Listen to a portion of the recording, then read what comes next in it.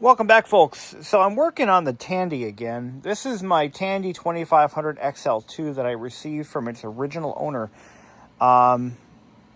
as a donation to the museum, if you will. And this machine has cost me the most out of any computer I have ever restored. I have so much money into this thing, I want to cry. Because the amount of bespoke components I've had to source and trying to keep everything original has just been a challenge, because I actually had to buy an entire Tandy 2500 chassis just for a floppy drive, because the original one had such bad capacitor damage, there was no way I was going to save it. I ended up having to buy a monitor as well, because the original monitor, which was actually in this shell right here, after I did a full recap job, because it needed it. I mean, let's not be hasty. It needed it. It had issues. But anyway, I couldn't get it to power on because I screwed up. I initially reversed a couple of connections, and I think I blew it up. And I don't have the time in the day to spend trying to figure out what blew up. I did some cursory checking. I couldn't find anything. So, anywhoozles, I bought another monitor. I bought a VGM-200. And because it was the closest I could find. And I am now using the VGM-220 chassis with the VGM-220 CRT in a VGM-200 CRT and a VGM-200 shell. Make sense? Are you with me so far? So, for the purposes of this discussion, it's kind of a bastard. I got it running okay. I had to do some hoodoo with the trim pots to get it to look okay, because 35-year-old monitor with 35-year-old capacitors. You know where this is going. The capacitors, some of them were actually leaking, very slightly. I found a little residue under a couple of them, but here they are. These are all the capacitors that I just replaced. Some big ones on there too. Now this crusty stuff is a Celastic. This is not anything. This is just like a glue. But just did a whole complete cap job on that monitor. Put it back together again, and now it's got a new problem where the, I think the blue or the green gun was cutting in and out. And it was happening if I touched the monitor a little bit. So I found a couple of cracked solder joints on the neck board. So I fixed those right where that neck socket is. I took care of that. That was easy. But now we got to get it fine-tuned. We got to get it to look right. Because when you replace 100 capacitors in a 30-odd-year-old monitor, you've got a non-original tube. You've got to compensate for a few things here. You got to readjust. Now this is WordPerfect 5.1 for DOS, and I can already tell our red is a bit weak. So I'm going to crank up the red just a little bit. I think we've got the red cut off where we want it, but the red gain is a bit weak. Yeah, there we go. Now, what I'm also finding is the brightness is a little weak on this monitor, too. Now,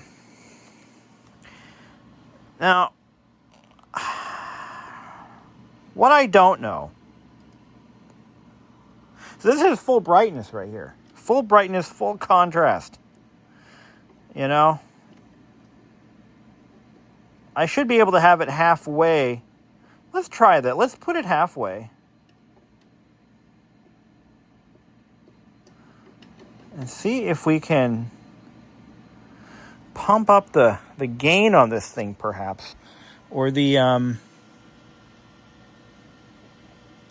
bring the fly back up a little bit. Will that help us? I think I dropped it down. Whoa, too much. Woohoo. No. Maybe if we bring the the cutoffs, bring those up a bit. Maybe, maybe not. What if we do them all equally? Now, I want to clarify something. I am not trained in CRT repair.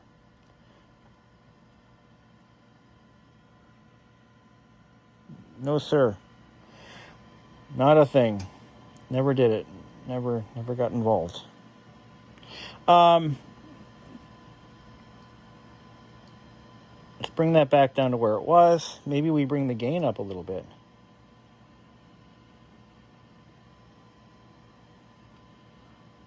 Yeah, I was never trained in CRT repair. I am just doing this by eye and by feel, and that is it. And sound. Actually, it seems to be helping.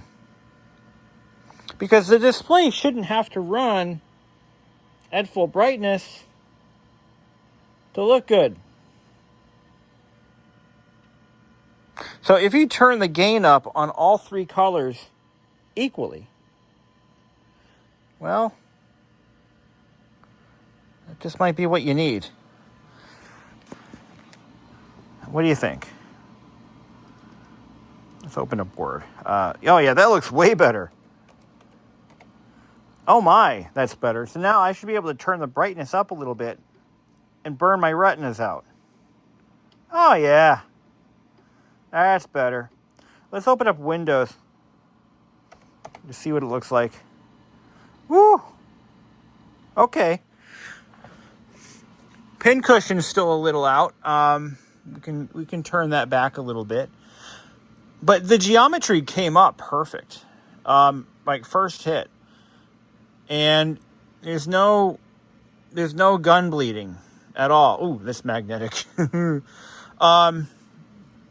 So things are looking better for this monitor. So I guess the trick was you just have to turn up all the gains. And then we can maybe dial back. See, what I want to do is see that bright shadow right there in the black. We want to compensate for that by dropping our... there we go. Oh, a little more. And by the way, you are not... Oh, what did I just do? Too much. Here we go. Okay. So how did that help? How did that affect? So I can run this. Oh, yeah. Oh, look at that. All right. Yeah, notice how it blooms a little bit when the brightness goes up. A cap job is supposed to help with that, but it really didn't. Colors look okay. There is a utility or a tool that you can use to set your color, like a test pattern maybe, to set your color guns to stun. That's center on the contrast. Yeah, that looks okay. If I turn the brightness up a little, so that's full brightness. Now, if I bring the gains up a little bit equally, let's do a tweak here.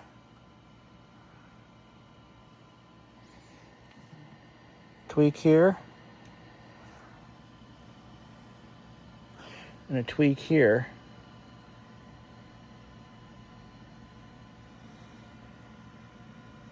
Kind of like a rising tide situation. Rising tides raise all ships.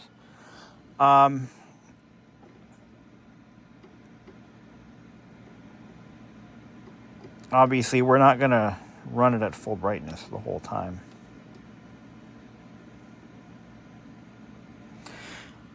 And also, try not to burn out the... try not to burn the guns out. I don't know. What do you think? Better? Worse?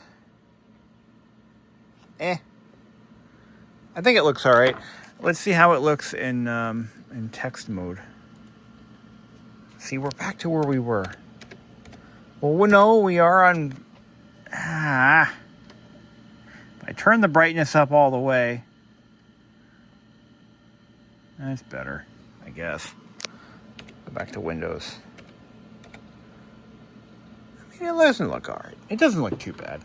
But the geometry here is not something that I can easily fix. I believe that is going to be the ring magnets that might need a little bit of tweaking. Otherwise, our pin cushion, which is adjustable. I'll squeeze that out a little bit. Okay. But it's just been yeah, see, I got this right here. And it doesn't quite jive, you know? It's better than it was. I'll bring that pin cushioning. Oh, no, it was too far pin cushioned. That's right. I know what we need to do. Leave it alone. I think that's going to do it, though. How does Word Perfect look? Let's take a look. One of the main reasons, though, for replacing caps on a monitor like this is to ensure that it has a long life ahead of it. Because the way it was before, let's load something from the CD-ROM drive. The little 1X CD-ROM. There it goes. I hear it spinning. There she goes. Yeah, so what was I saying?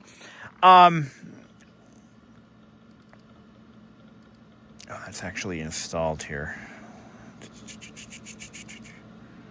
What's it called? WA? World Atlas. Yeah, here we go. Let's see what World Atlas looks like. So what I was getting at is, I completely lost my train of thought. But what you want to do is make sure that, yeah, so a recap job. Oh, look at the red is too intense. The red is too intense, maybe a little bit. But this normally looks like this. This is, by the way, one of the first CD-ROMs a consumer might have purchased in terms of software. It's crazy, huh? Yeah. It looks all squashy, though. Why is that?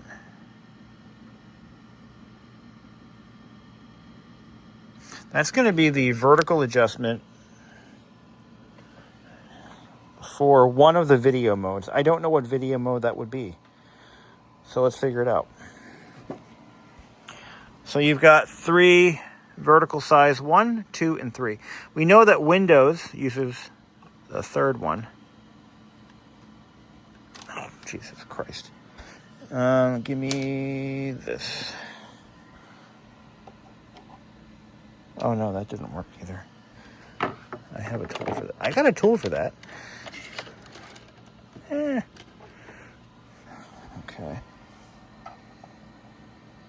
No. How about this one? Did we try this one yet? Okay.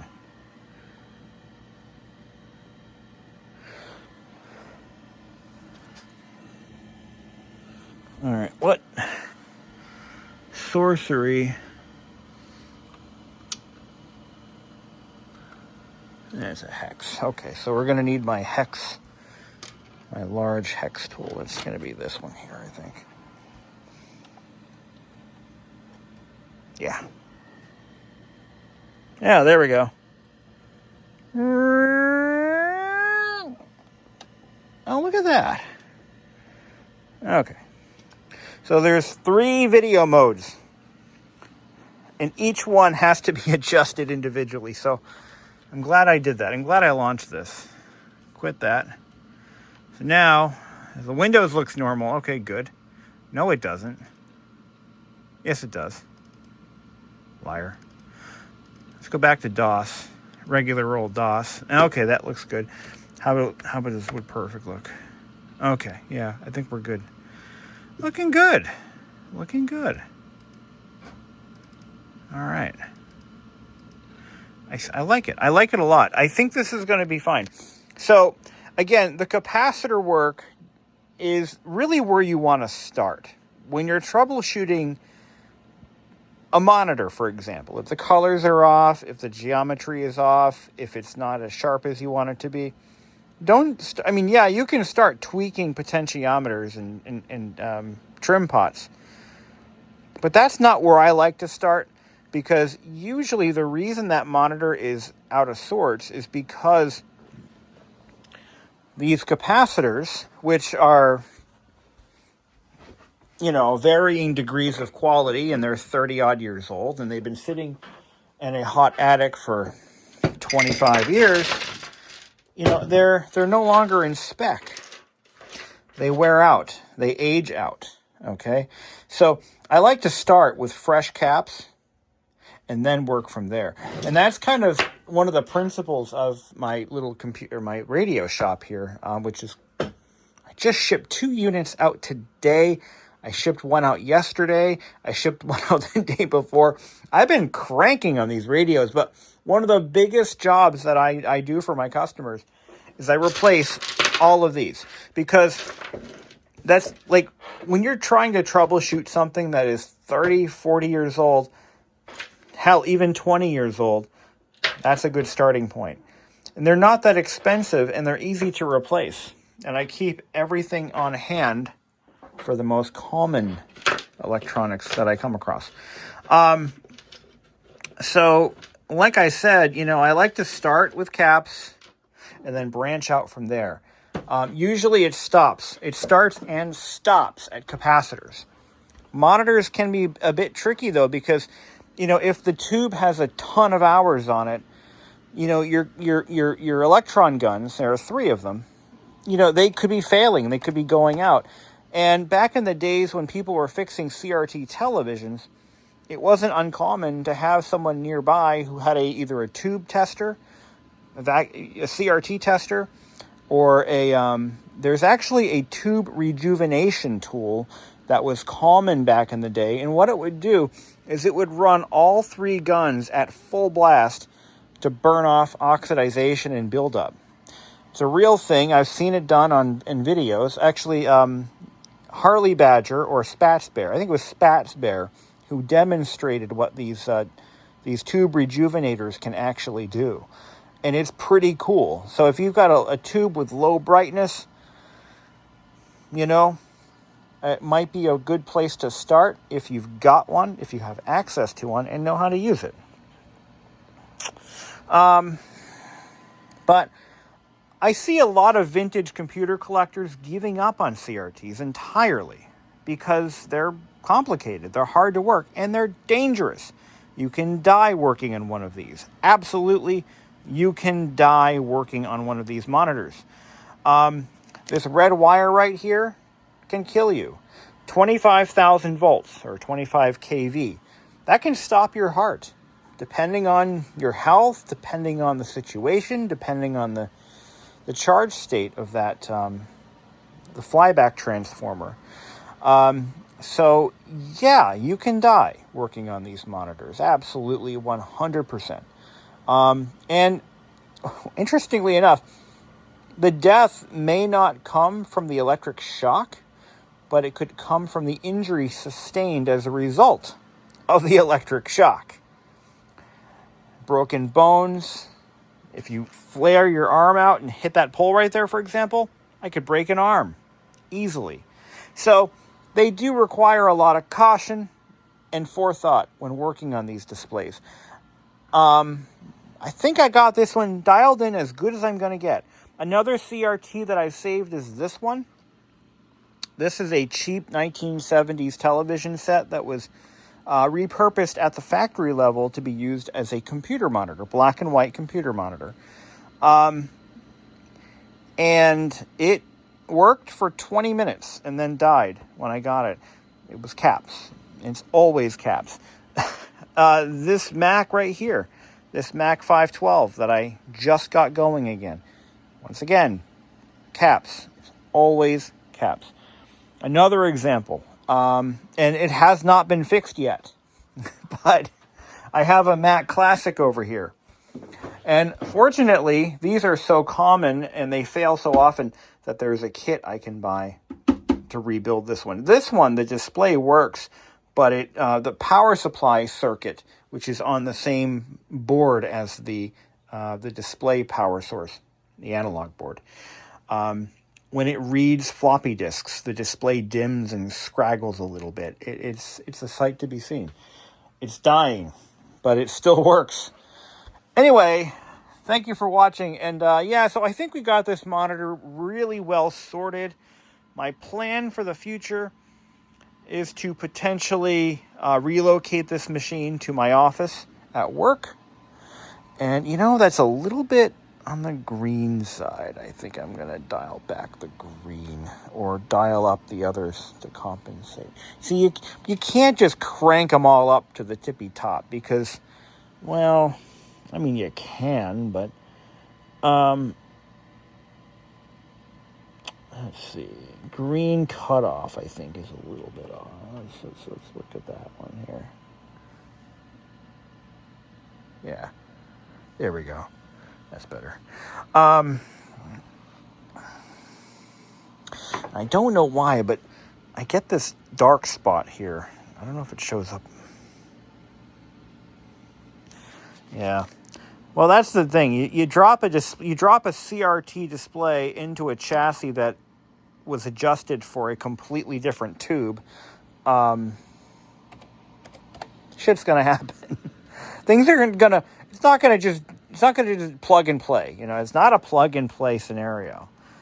You know, each tube is manufactured to tight tolerances, but there's always going to be variances in manufacturing that are compensated for with the trim pots. You know, I gotta talk about this for a moment. I am really impressed with the capabilities that this machine has. I mean, for example, it's a 286. No lie, just a 286. And yet,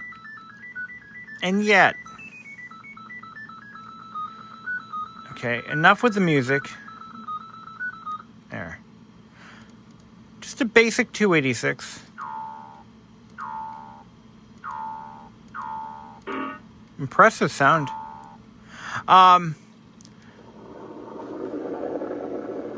Okay, so it's actually using the wavetable audio. So a little thing I just did. I installed the Tandy DAC driver, and it allows the onboard audio, which is just I believe a 3-voice audio chip, to play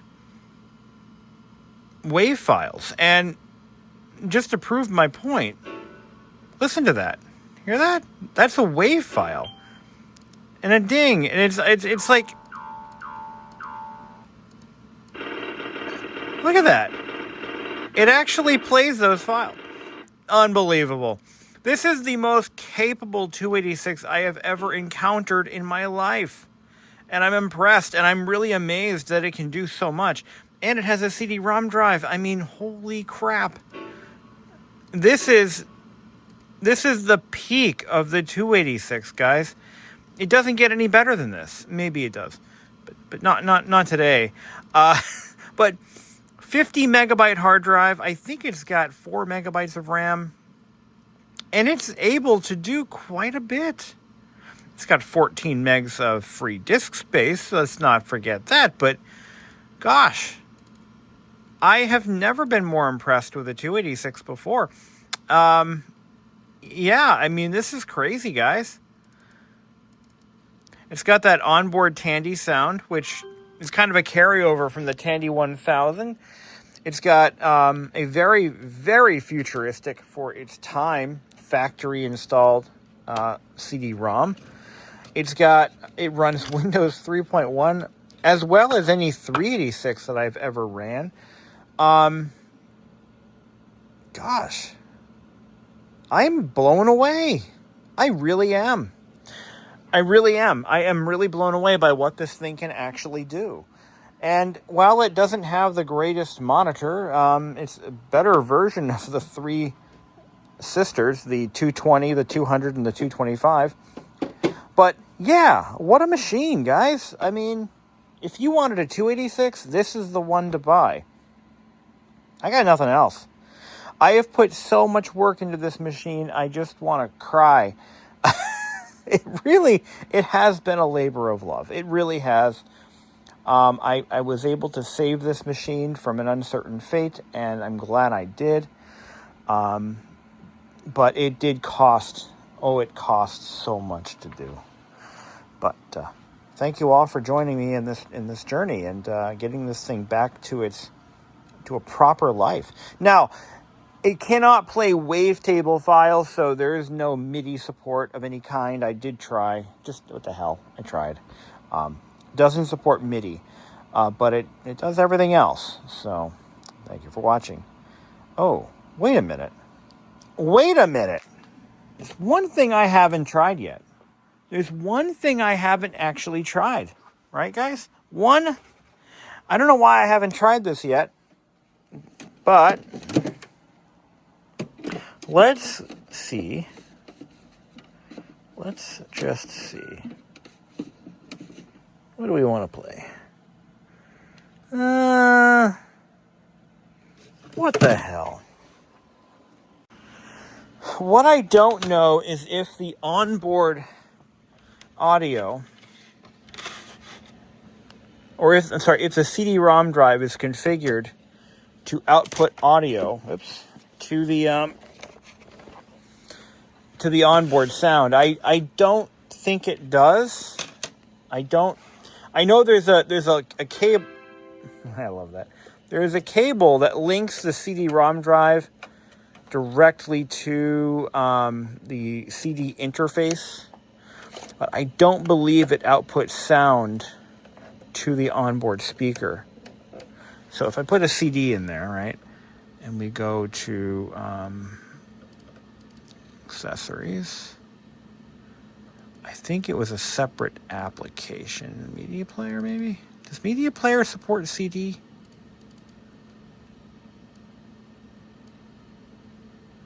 No, I don't think it does. No, I don't think it does. It doesn't support CD player functionality, but if it did, that would be pretty cool.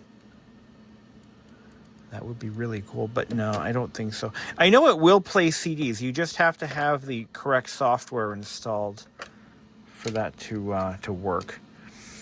You can tell because it has a built-in headphone jack. Normally, CD-ROM drives actually, back in the day, they had CD play stop advanced buttons. I'll give you an example.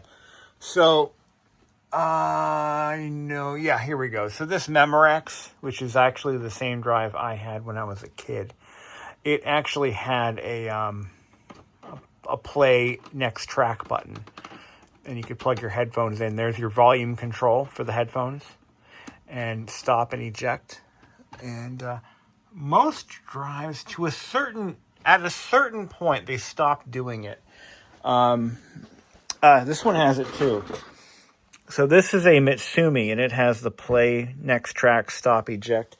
And then I've got one over here. It doesn't have that, but it does have the volume control. A lot of the older CD-ROM drives at least had a volume control for the headphones.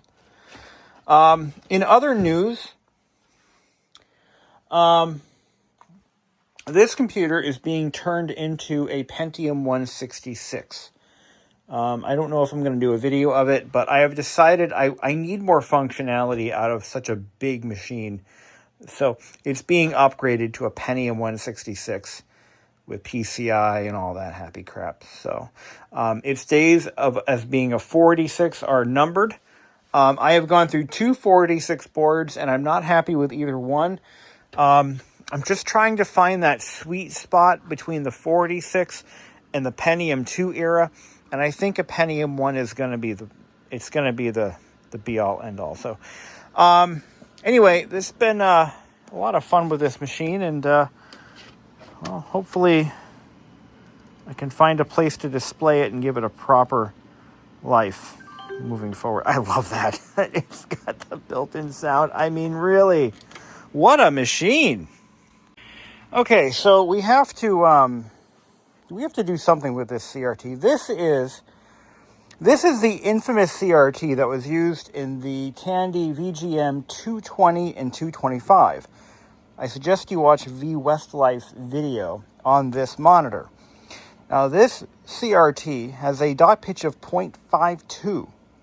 It's like looking through a screen door at VGA resolutions. It's terrible, which is why we swapped in the VGM-200 CRT into that unit to maintain the quality that it's a much better tube. Even though it's older, it's a better tube. Radio Shack used these only for cost-saving purposes and nothing else. It is not a good tube. You can even, if I tilt it over and we look at the base, right off the bat, we can see, this guy is set up for failure. See, look at that. You can see every pixel. It's terrible. But I don't want to just send it to the recycler. I want to have fun with it first. It's not every day I get to do something fun with a CRT. So what I want to do is I want to try to extract the electron gun. I think that would be really cool. But we can't just unscrew it and take it out. That's not how any of this works. Because I'm not using the tube for anything else, look at, these are the magnetic rings that you move to adjust the geometry. Each one of these has an impact on the geometry in one way or another. And these are really meant to be set using proper alignment patterns and jigs and documentation. You don't really typically just shotgun these types of adjustments. You can if you want to, but only for science. All right, what I got to do is evacuate this tube. Now, or actually purge it. It's already purged. It's under vacuum. I'm wearing safety goggles right now. There's a little glass nub at the end of this, where the socket is. I should be able to just pull this socket off. There we go. Okay. And we can see there's a little nub in there. We have to break that nub. And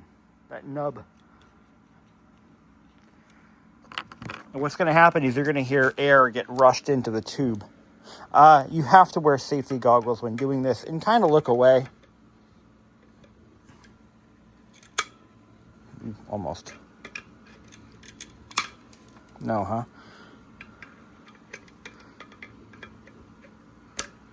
Yeah, you got to break it. Usually they're easier than that.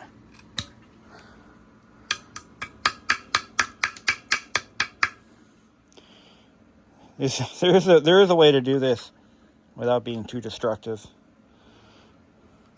Bend these pins out of the way.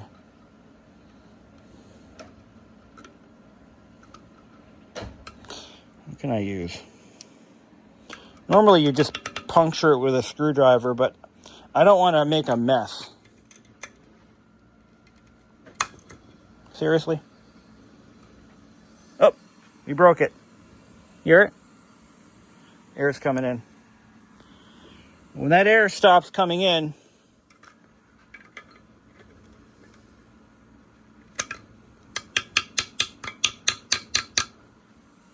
hear it?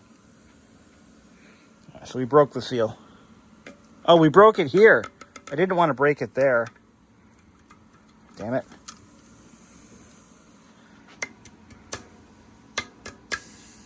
There we go.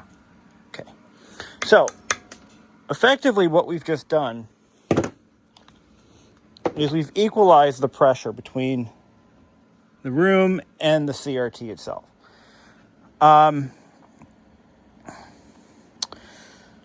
So now this tube is just, it's dead. It's dead. dead.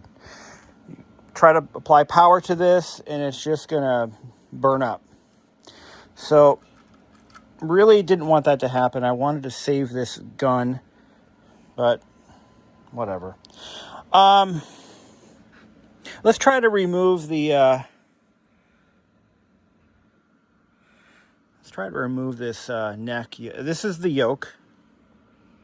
And we're going to take this off here. See, I wanted the electron gun for display purposes. They look really cool. Very scientific. Very, Frankenstein lab-esque. So we're going to loosen that clamp. We're going to loosen the yoke clamp while we're here. Okay. So these are loose. This whole mechanism is glued to the neck. You probably won't be able to break it free. There we go, broke it free. Now I'm pulling it off. Oh, there's glass everywhere. Oh boy, better vacuum. All right. Yeah, I didn't want to do that. Damn it. I'm mad. Now, there's glue holding the yoke to the glass envelope.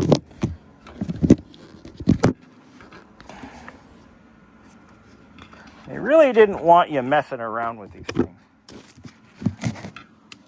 See, once they're adjusted at the factory, that's it. That's pretty much... Let's break these blocks off. Now, one thing I should point out is, and this is important, when this tube is under vacuum,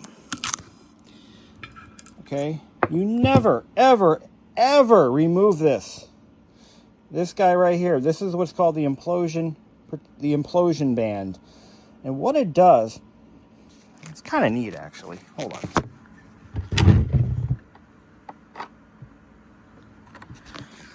So the implosion band is necessary because you have a glass envelope made of two sections of glass. You've got the face with the shadow mask on the inside. That's the gray part you see. Okay, that's made out of metal with teeny tiny holes poked in it and phosphorus sprayed all over it. And then you've got the back side of the envelope, and they're joined together with an adhesive placed under vacuum. And what that's going to do is it's going to exert pressure. Well, not really pressure, but it pulls the face of the CRT inward. So as that happens, it has a tendency to want to push outward. Even though glass is rigid and it doesn't flex, it does a little bit. And it will have a yield point where it lets loose. But you've got to counteract that outward pressure. What could I compare this to? Almost like a cantilever bridge. And what the implosion band does is it counteracts that inward tension. If I remove the implosion band while it's under vacuum and something strikes the face of the display, the entire tube could implode inward. Problem with that is it then sends glass shards outward. And people had been seriously injured back in the early days of CRT technology. Even killed. We don't want that happening here. All right, I'm going to try to get this yoke off.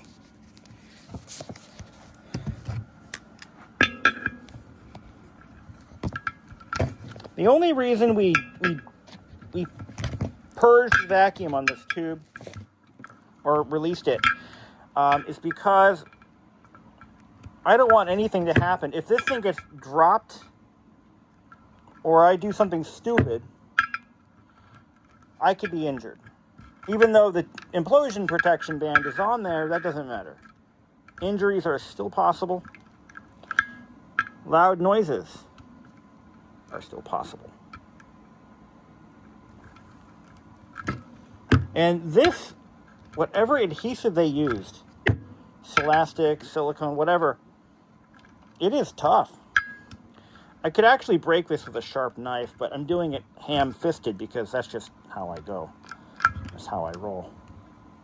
Not that that's a good thing. It could be a very bad thing. Okay. All right. I'm just about broken this free. And I don't... Hold on. There we go. That's better.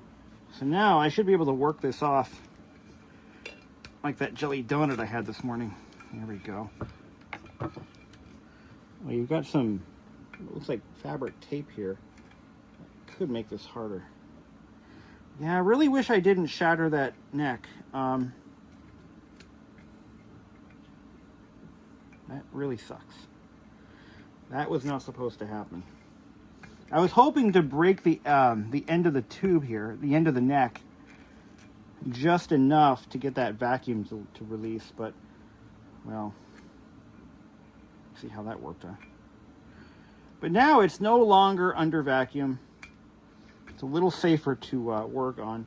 Now, I've seen video footage of, there was a company in the Midwest, and I can't think of the name. Somebody will put it in there for me.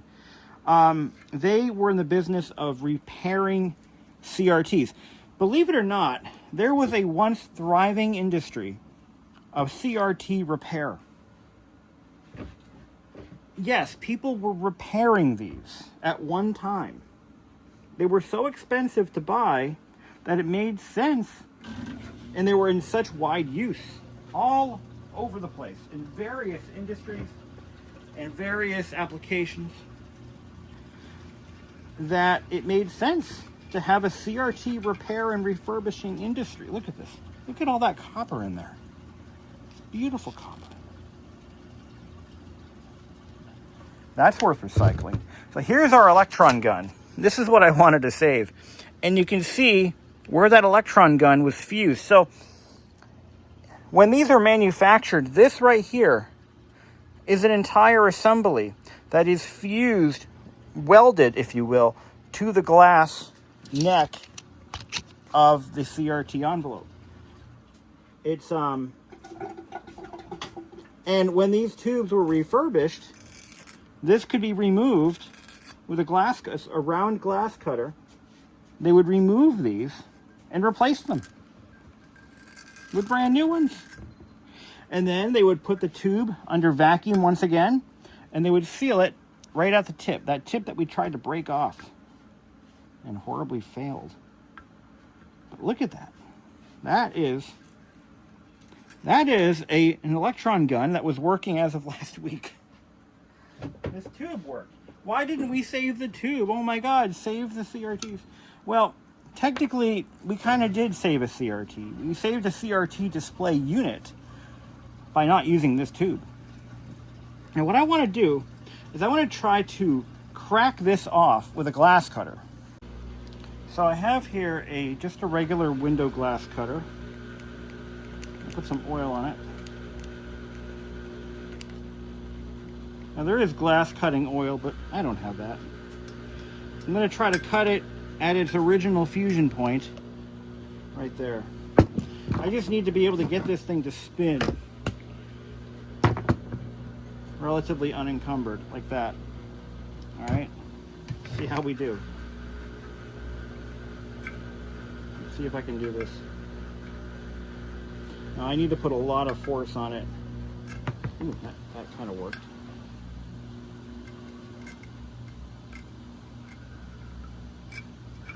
No, it's got to be a more precise operation than this.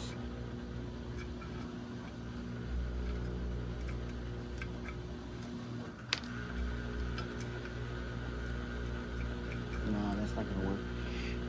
I need to, there is a special cutter for this application. Of course, I don't have that. Oh, you know what? I can change to a sharper point.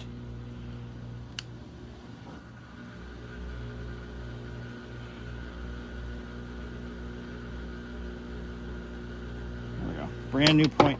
So this is a rotary. I've used that other cutter so many times without changing it. Okay. Yeah, this is going to be a very challenging. You got to get it in a straight line. Yeah, to get it to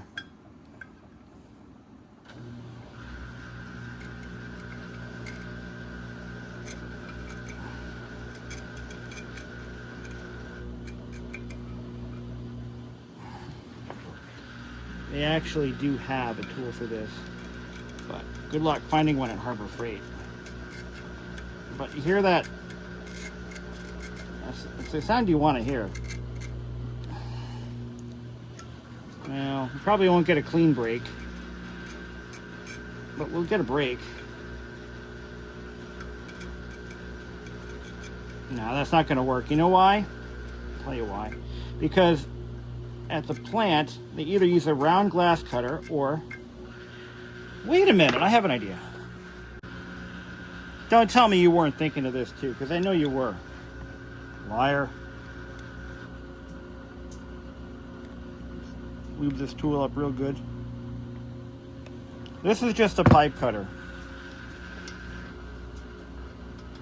And all we want to do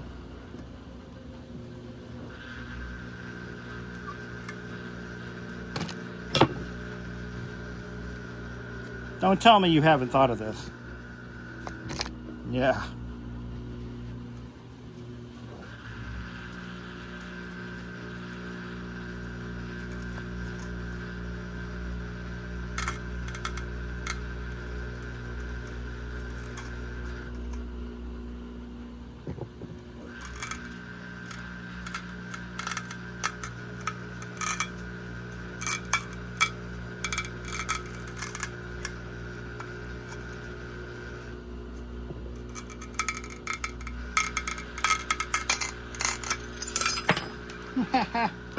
Worked. Well, kind of worked. There, my friends, is your electron gun. Woohoo! Yeah, that worked as well as to be expected. Yeah. A little broken glass here and there never hurt nobody. But it has this, I wasn't expecting this little filament thing in there, but what do you say we pull this apart a little further? I mean, it's already beat to shit anyway, but I wish I could take this out of here.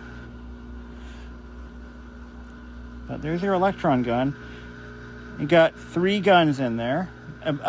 So the gun that's in that Macintosh 512 would be just 1, obviously. This is 3, 1 for each color. And well, this didn't go smoothly, but hey, you know what? I'm not gonna complain. Is this for me?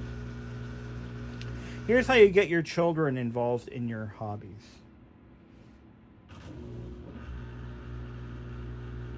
It's small, it's box-like. Now, let's do something cool. Let's look down inside. You can see the inside of the shadow mask.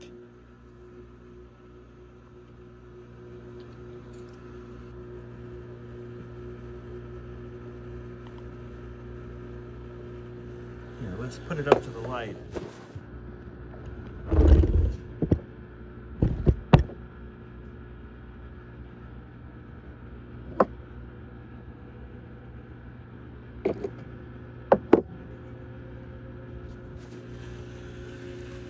You actually can't really see any light through here.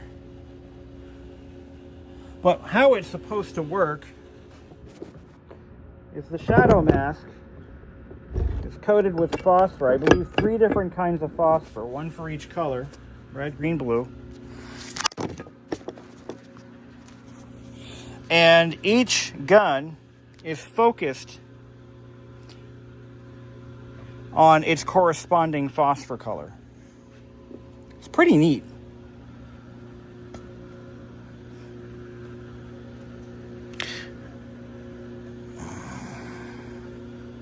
This is actually the first time I've ever looked inside one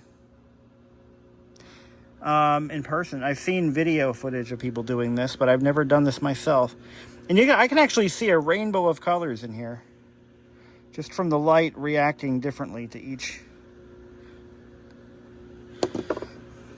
But there you go. Semi-controlled destruction of a CRT display. What else? What else? What else? You know, how would I? Yeah. Okay. And no, you cannot use plumbing tools to crack one open. Doesn't work that way. But we tried. We sure tried. But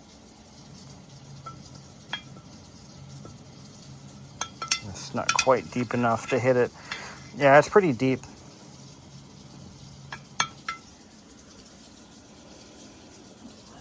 All I can smell is the oil from that. It smells like gear oil. I don't know what the hell's in there, but it's not the right stuff. It does smell like gear oil, which is bad because if you ever have experienced the odor that is gear oil, you know what I'm talking about.